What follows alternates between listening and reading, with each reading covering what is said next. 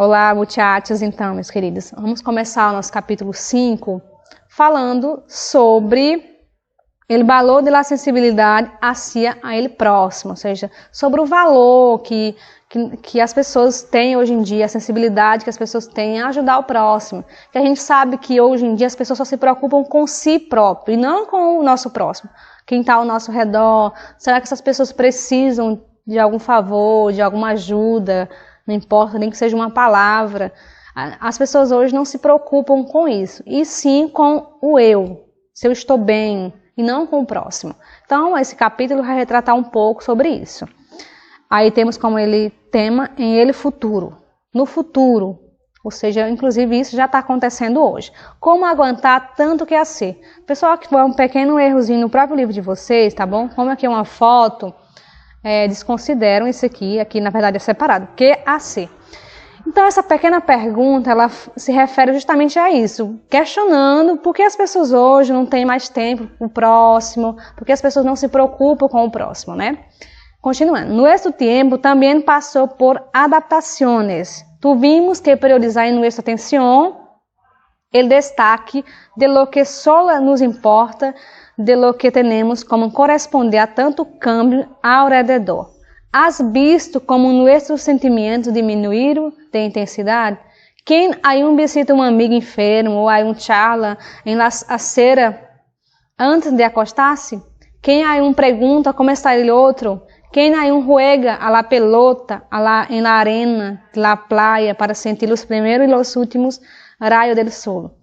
Ou seja, questiona aqui, né, continuando, nosso tempo também passou por adaptações. Tivemos que priorizar em nossa atenção o destaque daquilo que nos importa, do que temos que corresponder ao nosso redor, aquilo que é importante para a gente, que está ao nosso redor.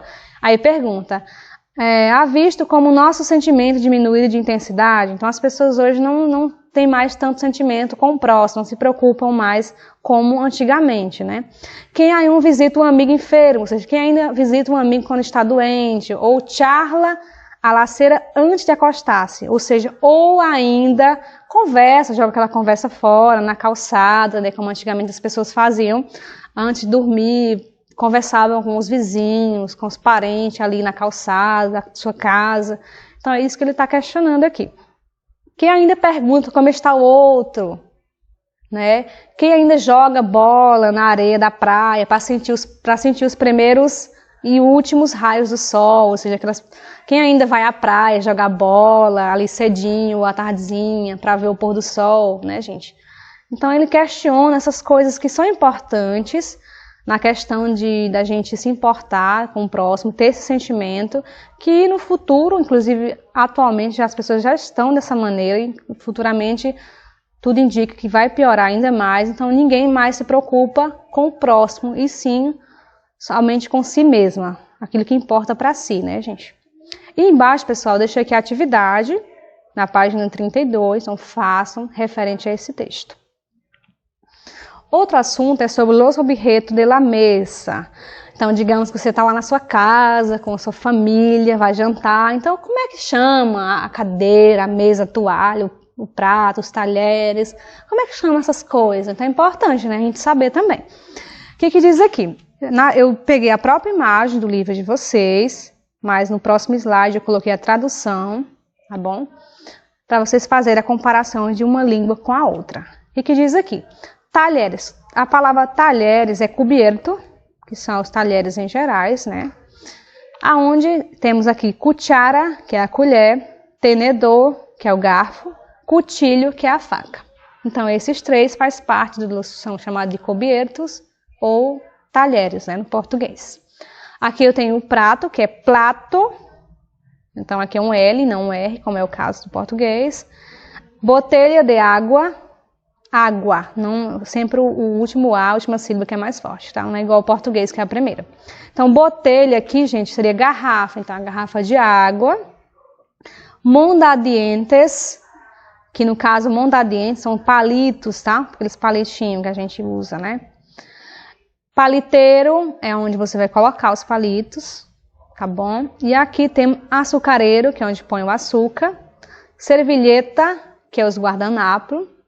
Mesa, que é a mesa. Taça, gente, é xícara, tá bom? Então, existe aqui uma chamada de heterossemântico, que é a questão da taça e da xícara. Porque no português, taça é outra coisa. No espanhol, taça é xícara. E a taça, que é pra gente, é copa no espanhol. Então, aqui existe um heterossemântico. Aqui temos o mantel, que é a toalha. Saleiro, que é onde põe o sal. Cilha, que é a cadeira. Baço, que é o copo normal, então a gente chama de baço. E copa, que é a taça, tá bom? Então, aqui são os objetos que compõem a mesa. É importante que vocês observem direitinho e aprendam. Aqui eu coloquei essa tabela, onde tem as mesmas palavras no espanhol e no português. E assim vocês possam fazer a comparação de uma língua com a outra. Certo?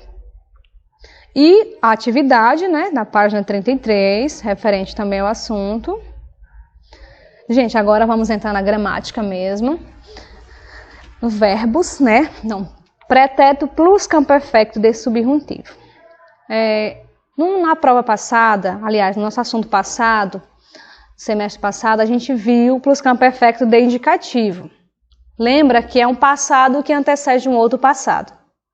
Certo? São dois passados que já aconteceram e que estão na mesma frase.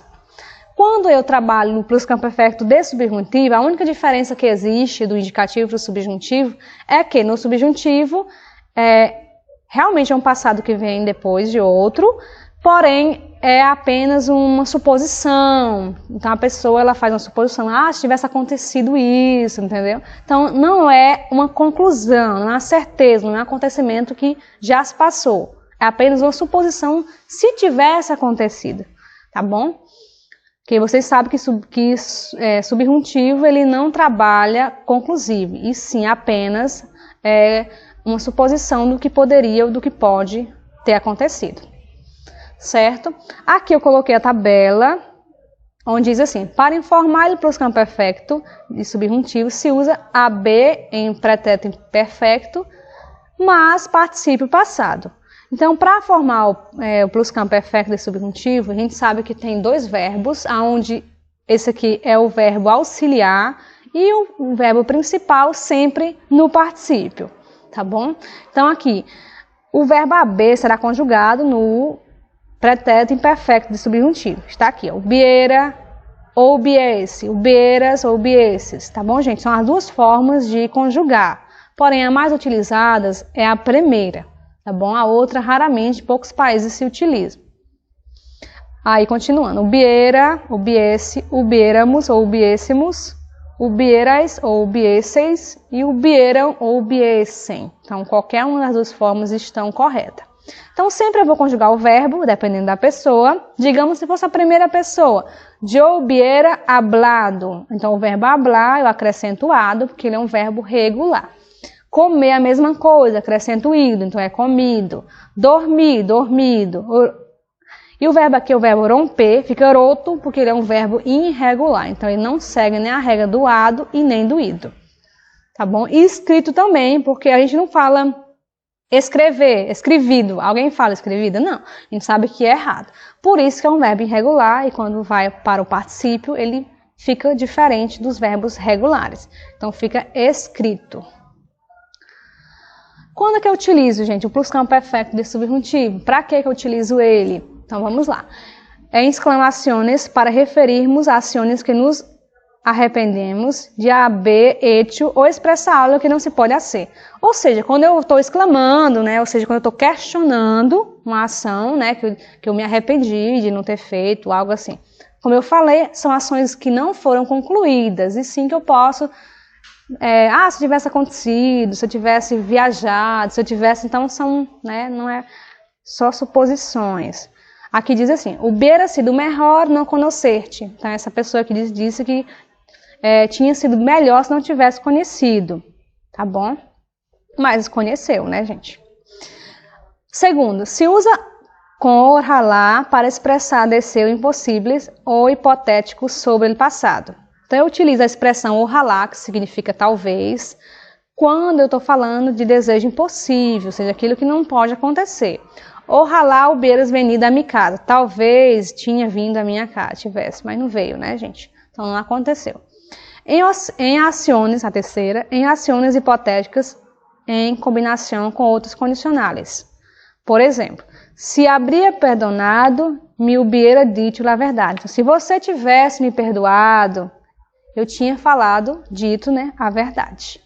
Então também aqui é algo que não aconteceu, isso é uma suposição. Os verbos irregulares é a mesma coisa, gente. Como eu falei para vocês, lá no slide onde está a conjugação, lá tinha o verbo escrever, que estava escrito, ali é um verbo irregular. Então aqui eu coloquei essa pequena tabela com alguns outros verbos irregulares, onde é a mesma coisa. O verbo abrir, se eu fosse seguir a regra, ele termina em er, então ficaria abrido. E eu sei que é errado. Então por isso que ele é um verbo irregular e ele fica abierto. Morir, fica muerto, a gente não fala morrido, então fica muerto. Cobrir, cobierto. Descobrir, descoberto. Escrever, que é o caso lá da frase, né? Escrito. Visto. Volver, vuelto. Resolver, resuelto. Poner, puesto. Romper, roto. Hacer, hecho. E decir, dicho. Por exemplo, aqui hacer, que é o verbo fazer. Alguém fala fazido? Não. Por isso que é feito, automaticamente feito em espanhol é hecho. Mesma coisa, decir, que é o verbo dizer, então fica dicho, porque é diz, né, gente? Dito, na verdade. Aqui tem alguns exemplos de frase no pluscamperfecto. Então aqui, se, aí eu tenho a pessoa aqui, nosotros, e o verbo reservar, que é o verbo reservar. Esse verbo ele é regular, termina em AR, automaticamente eu vou acrescentar o ado, não precisa nem se preocupar. Então, automaticamente eu já vou saber. Se eu sei que é regular, acrescento, olhando para a terminação, se é ado ou ido, acrescento aqui no finalzinho do verbo. E o verbo auxiliar, que é o verbo haber, conjugado. Como é nosotros, fica hubiéramos. Então, se hubiéramos reservado la cabana, ahora tendríamos donde dormir. Então, se a gente tivesse reservado a cabana, agora a gente tinha aonde dormir, mas a gente não reservou, né? Então, não tem. Segunda frase. Me habría encantado que hubieras venido a mi graduação. Então, eu teria ficado muito feliz, né, se tivesse vindo na minha graduação, na minha formatura, no caso, né? Graduação aqui é a formatura, gente. E terceira frase. Se hubiera aceptado esse trabalho, não habría viajado tanto. Então, se eu tivesse aceito esse trabalho, não precisava ter viajado tanto, né? Outra, se não hubiera leído o livro, não habría sacado buena qualificação. Então, se eu não tivesse lido o livro, não tinha tirado se não tinha conseguido uma boa colocação, né? Uma boa nota. Se não me hubiera distraído, não habría chocado el coche. Então, se a pessoa não tivesse distraído ele ou ela, no caso aqui, né? Ele não tinha chocado o carro, ou seja, batido o carro. Coche é carro, tá, gente? Então, na página 35 se encontra a atividade referente ao pluscamperfecto. Vocês façam, qualquer dúvida podem me procurar, tá bom, gente? E um textinho para finalizar, que é um texto com a temática saudade no português, tá? Saudade, a gente sabe que essa palavra saudade, ela não tem nem no inglês e nem no espanhol. Essa palavra não existe, saudade não existe, tá bom, gente? É uma palavra portuguesa, da língua portuguesa. E que diz aqui? Saudade é uma palavra utilizada nas línguas portuguesa e galeno. De árdua tradução, puesto que é uma palavra conceito de modo que se translada a outros idiomas de maneira aproximativa. Em qualquer dicionário, lá encontraremos traduzida como nostalgia, palavra jovem para um assunto tão antigo como a saudade.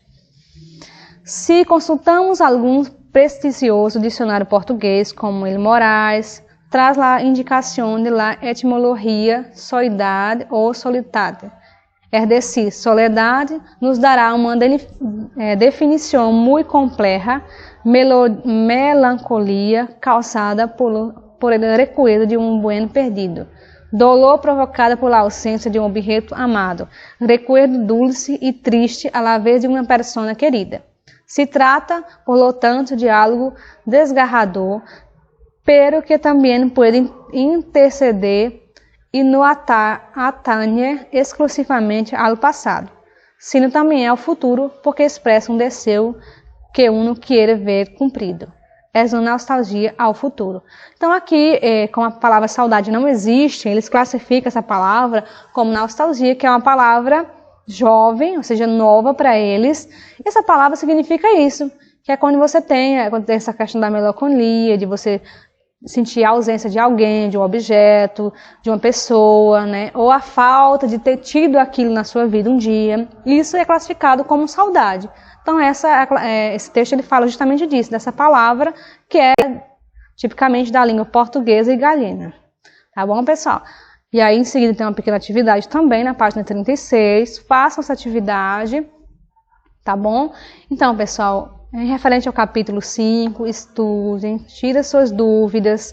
Podem me perguntar quando tiver alguma dúvida, se não ficou claro aqui no vídeo, mas que você possa estar me mandando uma mensagem no PV, enfim, fiquem à vontade. Então, quando tiver uma dúvida, podem me perguntar. Já deixei aqui no próprio vídeo as atividades, as páginas, tá? Para que vocês possam fazer e não ficar com aquela dúvida, tá bom? Um abraço, uma ótima aula, estudem, tá bom, gente? Tchau!